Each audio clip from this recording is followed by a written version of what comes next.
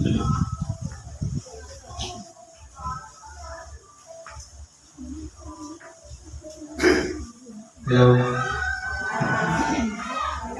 Sa pangalan po ng kabilang Panginoong Jesucristo, isang mapagpalang araw po sa bawat isa.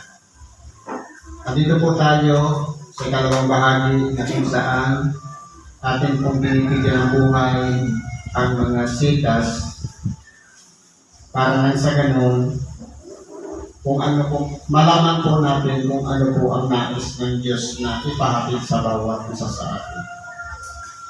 Sa mga baguhan po, siguro naparito tayo dahil sa gusto nating gumaling sa may karamdaman, mapawi ang kabigatan na ating daladala araw-araw. Kumbaga maisan, maramdaman natin sa ating sarili na tayo yung pagkakalingin ng Diyos. Pero bago po yan, una pong ipinapahayag ang kaharian ng Diyos. Kaya po, tayo po sa pamamagitan ng mga sitas na ipinagkakaloob ngayon, tayo po ay nandirito. Kanina, nag-iisa tayo sa panalangin na kung pag-aaralan po natin, ang pananalangin ay isa po yan na pamamaraan na kung saan tayo po yung nagsasalita, ang Diyos ang tagapakinig. Sa Ebanghelyo naman po, ang Diyos naman ang magsasalita sa pamamagitan ng mga bibig ng kanyang sinugo upang maipahatid sa atin, makaabot sa ating mga tainga. Sa madaling salita, siya po yung nagsasalita, tayo naman ang tagapakinig. Meron po tayong mga aralin ngayon. Ang una, ayon po sa Ebanghelyo ng Apostol Mateo, sa Kapitulo 12, versikulo 30 hanggang 37. Ano po ang nasasabi? Ang hindi sumasa akin ay laban sa akin, at ang hindi nagdiin po na kasama ko ay nagsasampulan. Ibig pong sabihin, sa lahat pala ng pagkakataon, halimbawa ngayon, nandyan tayo sa isang upuan, nakikinig ng Ebanghelyo. Hindi ibig sabihin na nakaupo lang tayo dyan, pakikinggan lang natin ang Ebanghelyo. Kundi, sikapin natin na sa pamamagitan ng pagkakaupo na yan, pakiramdaman natin ang presensya ng Diyos. Para nagsasalita ang mga nandito sa unahan. Kumbaga pinagninilayan natin. Marahil ang iniisip natin, may karamdaman ako. May suliranin ako. Pero kinakailangan, isaalang-alang natin na mahal tayo lahat ng Diyos. Kaya lang, dahil sa pagkakasala, tayo po ay nagkaroon ng karamdaman. Marahil siguro, pagod na naligo pa kinagabihan. Marahil siguro, nalilipasan tayo ng gutom. Kukulang sa tulog. Kung bakit naaabuso natin ang katawan. Kaya, dumaranas tayo ng karamdaman. Ngayon, pakiramdaman natin yung presensya ng Diyos upang sa ganun samahan niya tayo na ang bawat salita na ating napapakinggan, ito po'y buksan ang ating mga kaisipan, ang ating unawa, kamalayan, upang sa ganun maunawaan natin kung ano ang nais ng Diyos na ipahatid sa atin. Kaya kung kasama natin siya, matitipo natin. Kung maiipon natin ang lahat ng mga kaalaman na napapakinggan natin, maging Ebanghelyo man yan o aral na mula sa Diyos, tatanggapin natin lahat yan at isisilid natin sa ating puso. Siyang daladala natin sa pag-uwi natin sa ating mga tahanan. Pero kung wala po ang presensya ng Diyos, sabi niya, magsasampulan. Ibig sabihin, okay pa ngayon, dahil nananariwa pa sa isipan natin, pagtalikod natin, pag-uwi natin, papunta sa bahay natin, nakalimutan na natin yung napakinggan. Kaya yun po yung nagsasambulan. Kaya hayaan natin na samahan tayo ng Diyos na mapakinggan ang Ebanghelyo nang sa ganun pumasok ito sa ating mga puso at maunawaan natin yung aral.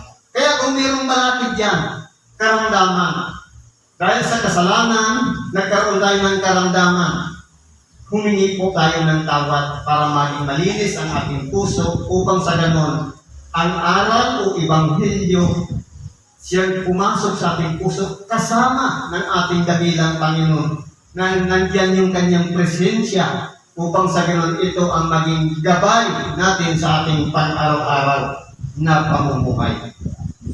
Kaya sinasabi ko sa inyo, ang bawat kasalanan at kapusungan ay ipatatawad sa mga tao. Datapwat ang kapusungan laban sa Espiritu ay hindi ipatatawad. Ngayon po, aralin natin yung tinatawag na kasalanan.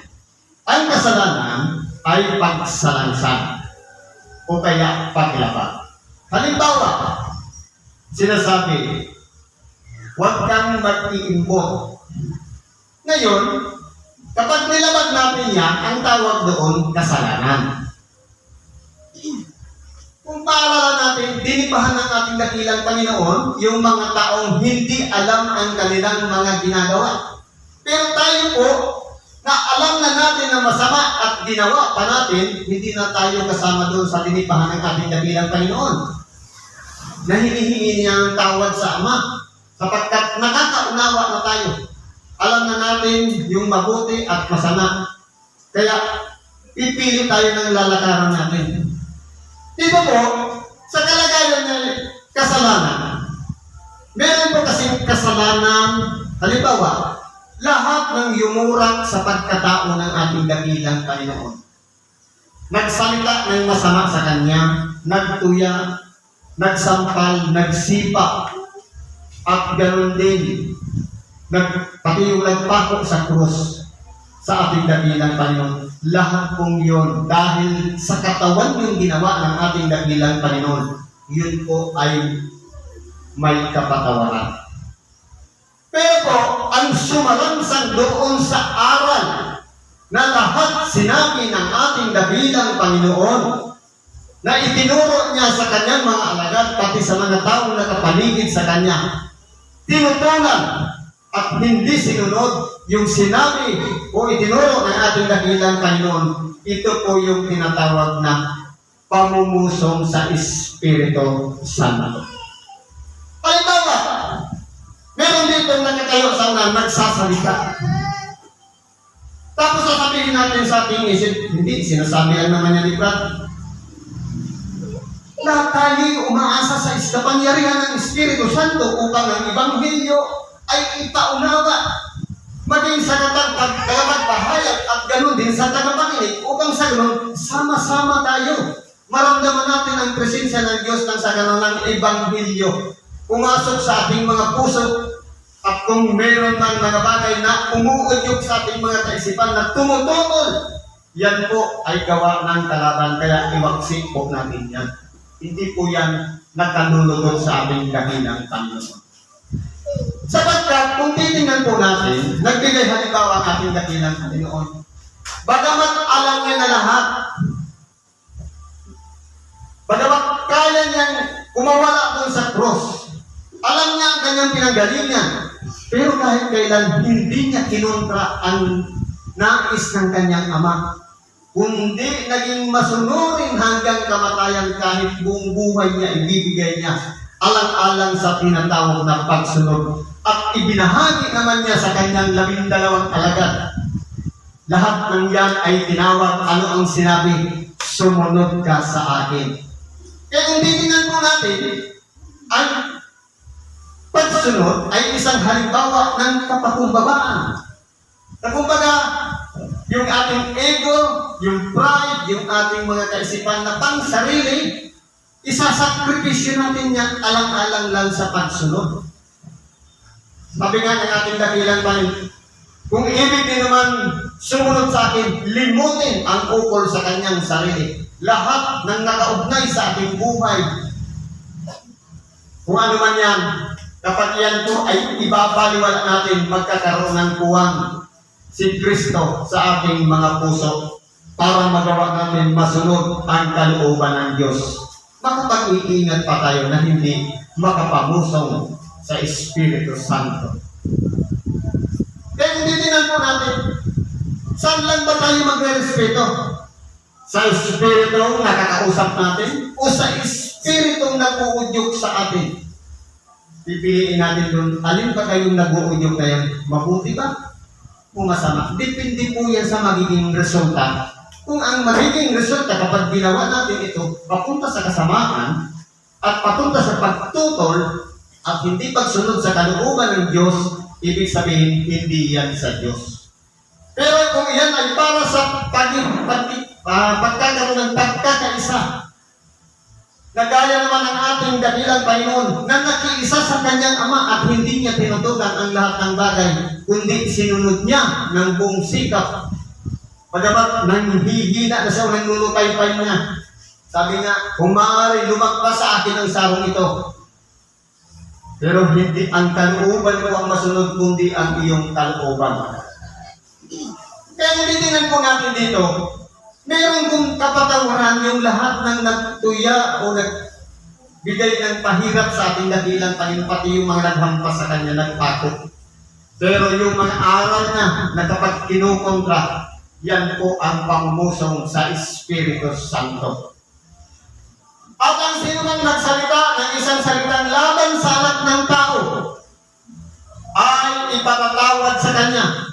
Lahat ng nagmura sa ating dakilang Panginoon, lahat ng nagsalita ng masama sa ating dakilang Panginoon, lahat po yan may kapatawaran. Sino mang nagsalita laban sa Espiritu Santo ay hindi ipatatawad sa Kanya kahit sa sanglibutan ito o maging sa darating. Ibig sabihin, mula pa ng panahon ng ating dakilang Panginoon, nagsasalita ng Espiritu Santo. Hanggang sa darating, sa ngayon, nagsasalita pa rin ang Espiritu Santo. Kaya mahirap po tutulan kapag Espiritu Santo na ang nagsasalita, sapagkat iyan po ay walang kapatawaran. Ngayon, nagbigay dito ang ating dakilang Panginoon ng pagiging isang halimbawa nating mga tao. O pabutihin ninyo ang punong kahoy at mabuti ang bunga niyaon. O pasamain ninyo ang punong kahoy at masama ang bunga niyaon. Sapagkat ang punong kahoy ay nakikilala sa pamamagitan ng kanyang bunga. Ano bang ibig sabihin nito? Tayo pong mga tao ay inihalimbawa sa ating dakilang Panginoon sa isang punong kahoy. Sa pamamagitan ng karamdaman, tayo tinawag na punta tayo dito. Inilagay sa atin ang punla o binhi sa makatuwing bagay ang salita ng Diyos at nanahan sa buhay natin. Kapag yan po ay umusbong, nagkaugat, at nanalaystay sa ating pagkabuhay, kapag buti ng ating mga gawa o resulta ng pagtawag sa atin na dati tayo'y makasalanan, pero nung pumasok sa atin ang kapangyarihan ng salita ng Diyos, binago tayo, nagsisi tayo, at nagbalik loob sa Diyos. Nasa atin na po ang choice kung pabubutihin natin o pasasamain natin ang ipinunla na sa bawat isa sa atin. Sapagkat itong katawang laman ay lumalarawan sa lupa na siyang pinagtamnan ng binhi. Ngayon, mamimili tayo ngayon. Ano ba ang magiging bunga? Ibig sabihin, sa kalangang tao, kung ano ang nakikita na resulta sa kanyang mga ginagawa, yun ang bunga. Na kung naging mabuti, ang bunga, naging mabuting tao mula ng dating masamang tao at nabago, naging isang mabuti ng tao, ibig sabihin niya, maganda yung pagkakatanim at nabago na, gumagawa na siya ng kabutihan. Tayo po ang gagawa niya. Sabi nga, o pabutihin ninyo. Nasa atin po, kung kaya natin isakripisyo ang lahat ng luho na ating ginagawa dati, nung tayo makasalanan pa, o O ipagpapatuloy pa ba natin yung dati mula nung tayo'y bago pa tinawag na isang makasalanan? Kung ipagpapatuloy pa ba natin ang pagkakasala? Ibig sabihin, yun na po yung upasamain ninyo ang punong kahoy at magiging masama ang bunga niyo. Siyempre, ang magiging resulta din yun, yung mga gawa. Ang tanong, paano kung halimbawa, yung isang punong kahoy masama ang gawa? Meron ba tayong pakialam doon sa masama niyang gawa? Hindi po. Ang pakikialaman lang natin yung sarili nating gawa. Sapagkat kung pakikialaman natin ang buhay ng buhay, darating na tayo sa paghatol. Diyos lang po ang hahatol. Hindi tayo pwedeng humatol sa ating kapwa. Kaya titingnan po natin, ano ba yung ipinunla niya naging mabuti ba akong punong kahoy sa aking kapwa? May nakukuha ba silang mabubuting bunga na ipinapakita ko sa kanila na ako'y naging isang mabuti ng tao o naging masama ba akong tao para sa kanila? Kaya po ang pagkakakilanlan natin nasa bunga, nasa mga gawa. Halimbawa, kung tayo, pagkasarili dati, tumanggap tayo ng aral ng salita ng Diyos, pero hindi pa rin tayo nagbago, pagkasarili pa rin tayo, ibig sabihin, yun yung bunga, yun yung pagkakakilanlan sa atin.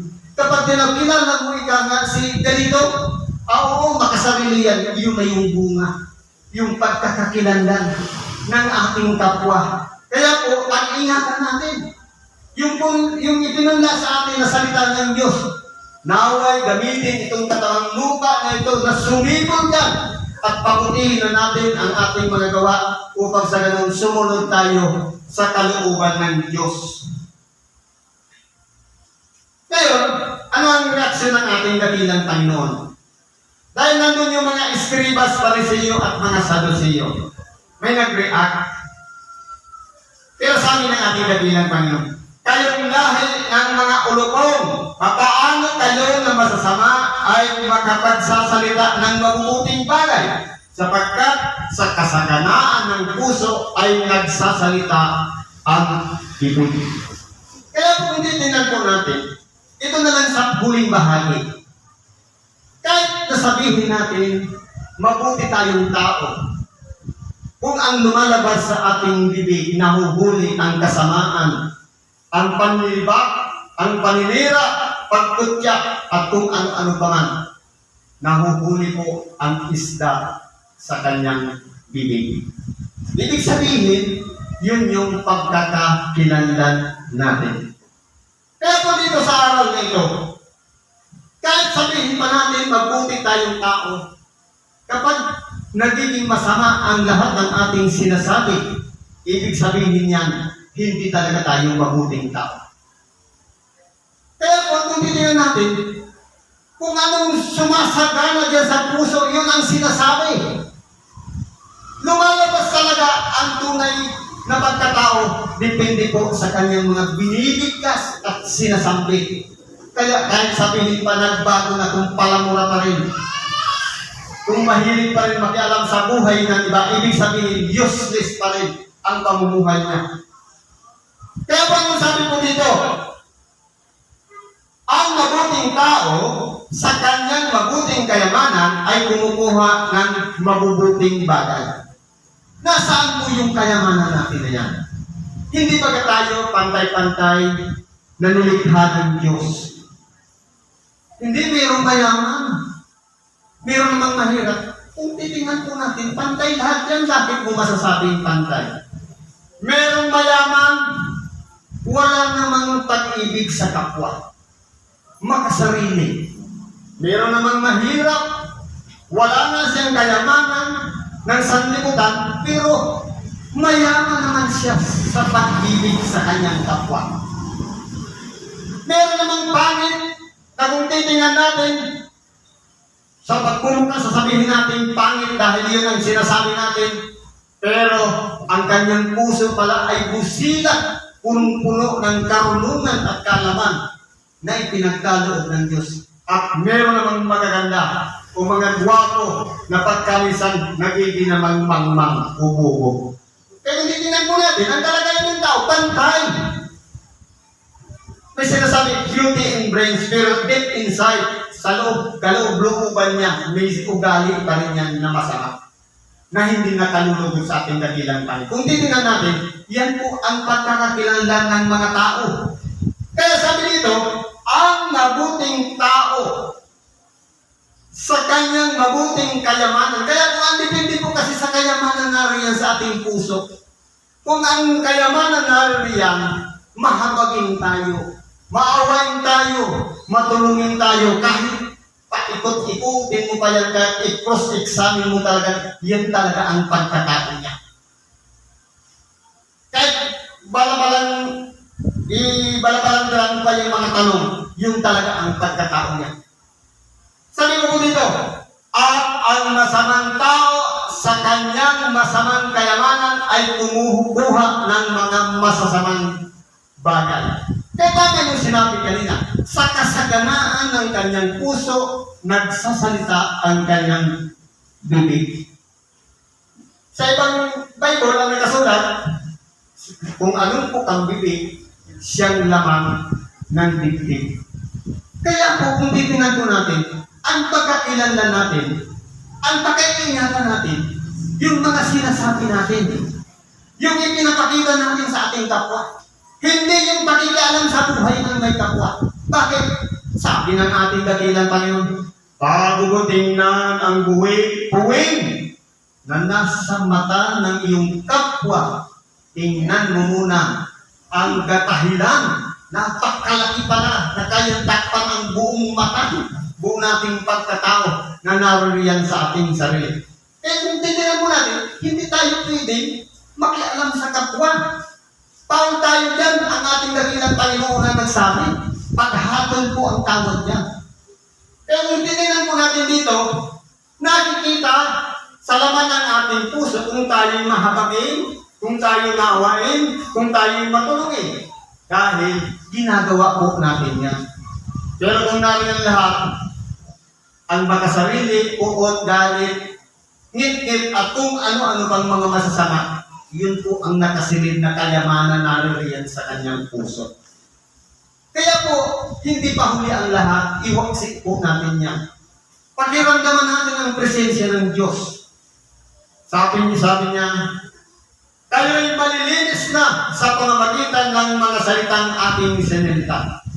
Ibig sabihin, dumating tayo dito, mayroon bang pot, galit pot, naway paglabas natin dito, mawala na lahat ng yun at manahan na sa atin ang Espiritu Santo na yan ang magpapabago sa atin ng totoo nating pagkabuhay. Nang sa ganun, masunod na natin ang kalooban ng Diyos. Kaya kung titingnan natin, napakasarap makinig ng aral o mga salita ng Diyos. Kung iyan po ay binibigyan natin ng puwang sa ating mga puso. At kasama natin si Kristo na nananahan sa buhay natin. At ang presensya ng Espiritu Santo kayang baguhin. Nabagamat tayo'y nahihirapan baguhin ang ating sarili. Pero tutulungan tayo ng kapangyarihan ng Espiritu Santo para magawa natin ang hindi kaya natin gawing mag-isa. Ano ba sabi dito? At sinasabi ko sa inyo na ang bawat salitang walang kabuluhan sabihin ng mga tao ay ipagsusulit nila sa araw ng paghuhukom. Ibig ko pala sabihin, lahat ng mga sinabi natin, pagamat hindi narinig ng ating kapwa, pagulong lang nating sinabi, pero may pagkutya na sa kapwa, kahit nagsabi ka lang ng pagulong dahil galit ka sa iyong kapwa, mamatay ka na sana. Ibig sabihin, ipagsusulit pala natin yan sa Diyos. Kaya ngayon, wala pa kung hindi pa huli ang lahat, pwede pa natin yan ilapit sa Diyos at pagsisihan natin. Balikan natin yung mga lahat ng ating mga nagawa. Pakipagbalik, balikan tayo sa Diyos. Hingin natin ang kanyang presensya na naway patawarin tayo ng Diyos upang sa ganun. Ngayon din sa araw na ito, lalakad tayo paglabas ng templong ito, nasa mabuti na tayong kalagayan na sumusunod sa kalooban ng Diyos. Naway kasi lang tayo ng kapangyarihan Espiritu Santo pangunahan tayo na baguhin na ang dati nating pagkatao na minsan bit-bit pa rin natin naway, hindi na po natin yan madala sa paglabas natin dito sa timplong ito. Sapagkat sa iyong mga salita, ikaw ay magiging banal. Kapag lahat ay papuri sa Diyos, pangangaral ng salita ng Diyos, pwede tayong maging banal. At sa iyong mga salita ay pahatulan ka. Anumang bagay na masama na ginawa natin, lalong-lalo na sa kapwa, ipagsusulit natin yan lahat sa Diyos. At doon tayo hahatulan. Siguro hanggang dyan na lang muna ang pagkikibagi natin sa oras na ito. Salamat po sa Diyos. At mamayang gabi may overnight. Invited po ang lahat na dumako mamaya. Salamat po sa Diyos at ano mga ating mga kahilingan, karaingan, idulog po natin lahat sa Diyos at ipagkalog niya katiwasayan ng ating kaluluwa, pag-iisip at kamalayan sa ngalan ni Kristo. Salamat at mapagpalang araw sa bawat isa.